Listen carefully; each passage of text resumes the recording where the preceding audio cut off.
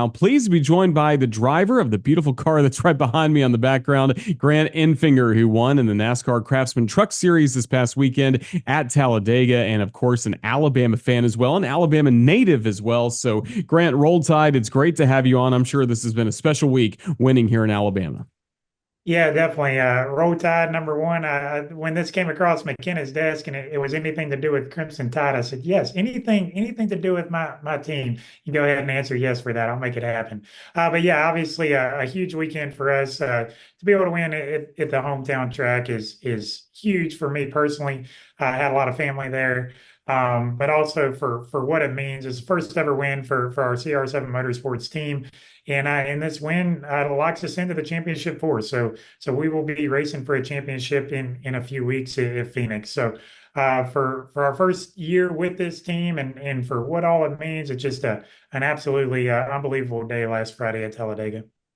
You've won before at Talladega. Did you have a good feeling going into this race about your chances for this last weekend's Friday race? I actually did have a very good feeling. Myself and my crew chief, Jeff Stankwitz, actually won this race. It was my first ever truck win back in 2016.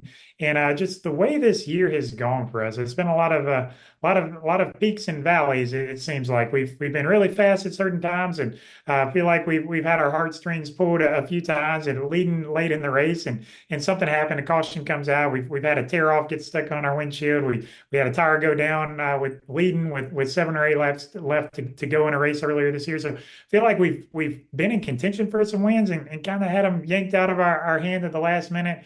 And then there's also been some instances where we just haven't had the performance. We haven't had the speed in our Chevrolets. And so yeah, it was good to put all the pieces of the puzzle together on Friday at Talladega. I feel like we qualified fourth, but I feel like really from the drop of the green flag, our champion Power Equipment Chevy was the class of the field. We were able to control the race for a good part of it, as much as you can control a race. I feel like at Talladega, we were able to do that. And but yeah, to answer your question, we'd actually come off the beginning of the playoffs were a little bit of a lull for us at our CR7 Motorsports team. We stumbled our way through the first three races, but still managed to sneak our way into the next round. And Talladega is when everything kind of reset for us. And the win there, like I said, couldn't come at a better time because that win in the round of eight locks us into the championship four. So yeah, huge day and just awesome to do that, but to also do it at the home track with the family is just no better feeling. And talk us through that final lap because you're in the lead, but you had to block, and there was a lot of chaos going on behind you, especially at the very end. Just how did you stay calm in those moments and make sure you got the victory? So Talladega is always a lot of chaos. So that situation I've been in before there. And really leading up to that, it was a little calmer than normal. After our last restart with about 8 or 10 laps to go, we kind of got single file and we were controlling the race well. But myself and my spotter, Tim Fido, we know stuff is going to fan out and stuff is going to get crazy at the end. You just don't know what lap it's coming at. So yeah, it happened on the white flag lap there.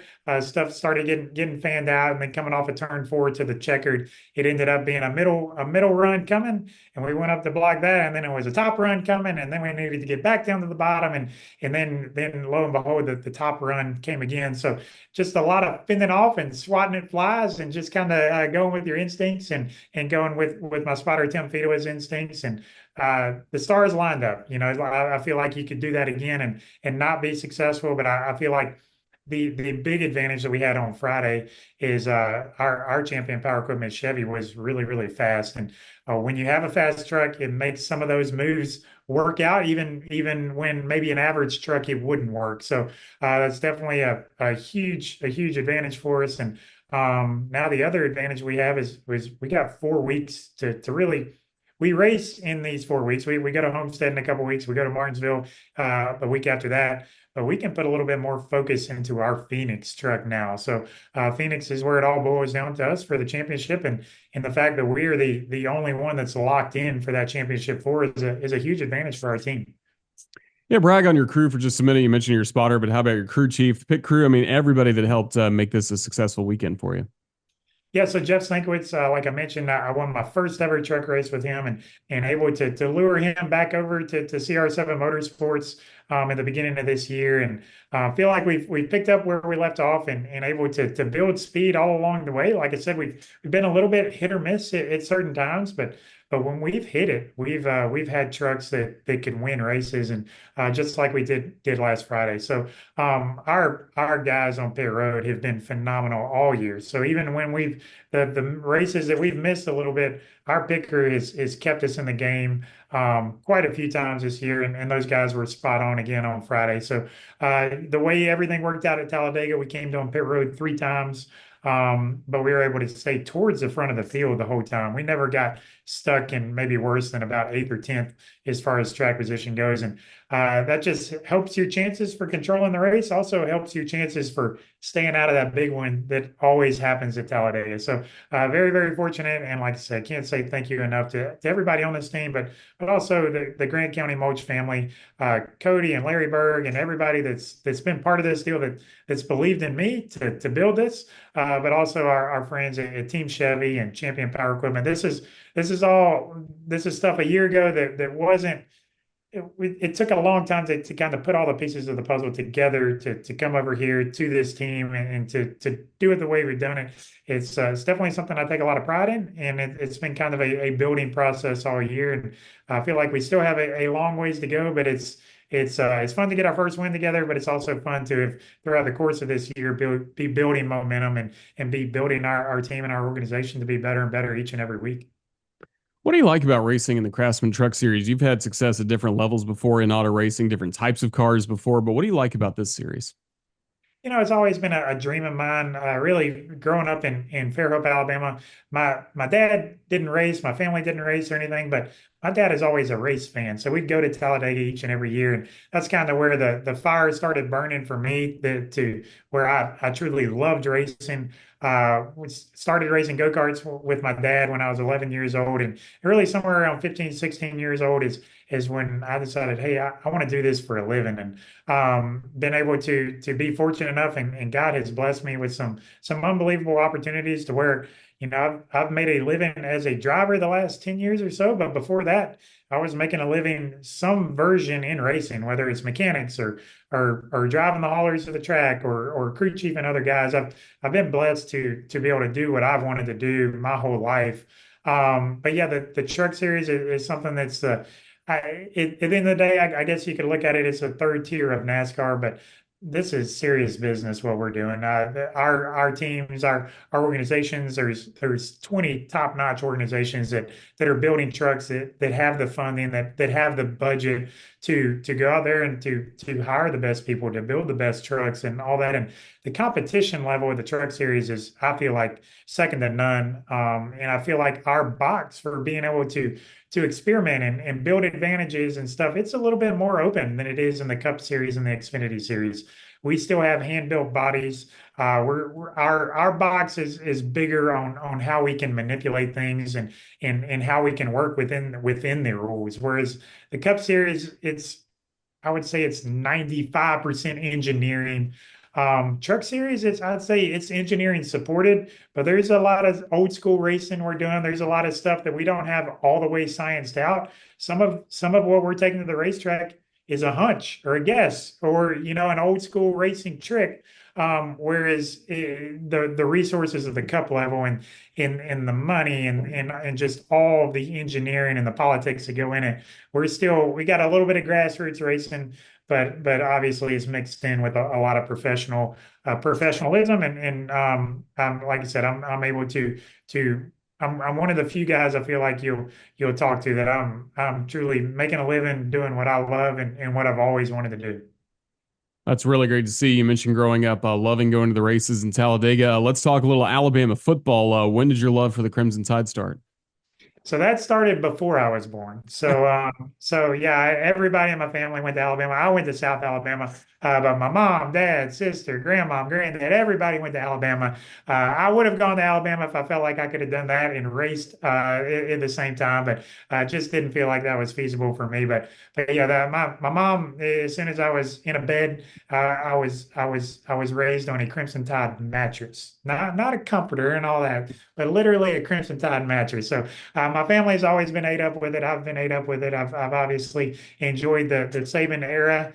We've lived through all of it. My wife, unfortunately, she went to Auburn, and that I know. But fortunately, the last few years, when they lose early, it makes life at home a lot better. Now, when Alabama and Auburn are both good, it's definitely tense at our house. But yeah, fortunately, Auburn's struggling a little bit this year, and that makes my home life better. But yeah, just always enjoyed it. I feel like there's certain times that you look back on those memories. I went to the 1992 championship game with my dad, and the George T stripping the ball out, going the other way, just all kinds of memories. I actually went to the Georgia game with some sponsors we were entertaining, the national championship game, where to through the second and 26th third. So there's a lot of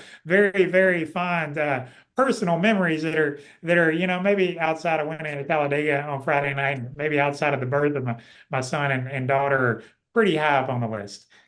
That's pretty good. How much SEC football is talked in the garage between either you and fellow drivers or crew members for other teams? I mean, I imagine around, especially when we get to the fall weekends, around all levels of NASCAR, that has to be talked about a lot. So that's talked about more with my Alabama guys. Larry McReynolds is a huge Alabama fan. There's definitely a few. Harold Holly, who is from Alabama, who's been in the NASCAR area for a long time. There's a few friends that we're all texting back and forth and talking. And then unfortunately, like I do have a friend of ours that supplies our brakes at Brembo. He's a big Florida Gators fan, so there's always a little bit of jawing and jabbing. But you go to other parts of the country, you go to Kansas or Vegas or whatever, and it's just not the same. Like they just don't like it. It doesn't mean as much as it does to us in the SEC for sure. And you see, like, been blessed to go all over the country, but man, the SEC is where it's at, and I feel like we're all ate up with it. A very good friend of ours from Champion Power Equipment, Marty Richards, he's ate up with Tennessee. Unfortunately, Tennessee is pretty good the last couple of years. Unfortunately, whatever our streak was, 15 years on them, they finally got us recently. So I hear a lot about that. But yeah, it's all well, I shouldn't say it's all in good taste. It's not all in good taste, but it is all fun. Well, hopefully, you get the last laugh with him coming up in a couple weeks.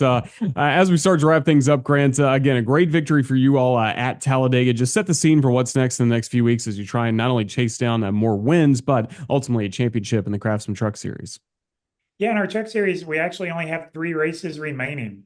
So our win at Talladega was the first of the round of eight. So basically, we have two more races. We have a couple weeks off, then we go to Homestead, Miami Speedway, and then we go to Martinsville the next week, and then the following week is our championship race at Phoenix. So the way everything is structured, we are the only team that's locked into our championship four right now. So like I mentioned earlier, that's a huge advantage for our CR7 Motorsports team.